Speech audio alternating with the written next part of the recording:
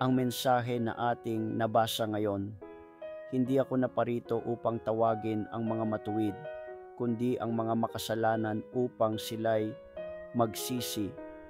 Ito ay nagmula sa Ebanghelyo ni San Mateo chapter 9 verse 13 at naglalaman ng isang malalim na katotohanan tungkol sa misyon ng Panginoong Hesukristo.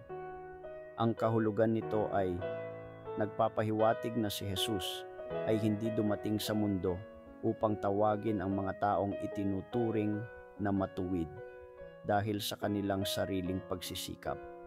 Sa halip, dumating siya upang tawagin ang mga makasalanan, ang mga taong nagkamali at nangangailangan ng pagpapatawad. Ang ibig sabihin ng mensahe ng Panginoong Hesus ay isang tawag sa pagsisisi. Nangangahulugan ito na dapat tayong magbago ng ating mga paraan, aminin ang ating mga pagkakamali at humingi ng kapatawaran mula sa Diyos.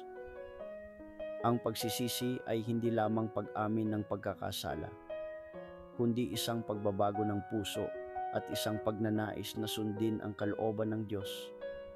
Ang kahalagahan nito ay isang mensahe ng pag-asa at pagmamahal. Kahit na tayo ay makasalanan, bukas ang mga bisig ng Diyos upang tanggapin tayo. Grabe! Ang kanyang pagmamahal ay hindi nakasalalay sa ating pagiging perpekto, kundi sa ating pagnanais na magbago at magbalik sa Kanya. Ako po si Brother Chris. Ang aplikasyon naman nito, ang mensaheng ito ay isang paalala na lahat tayo ay nangangailangan ng pagpapatawad at pagbabago.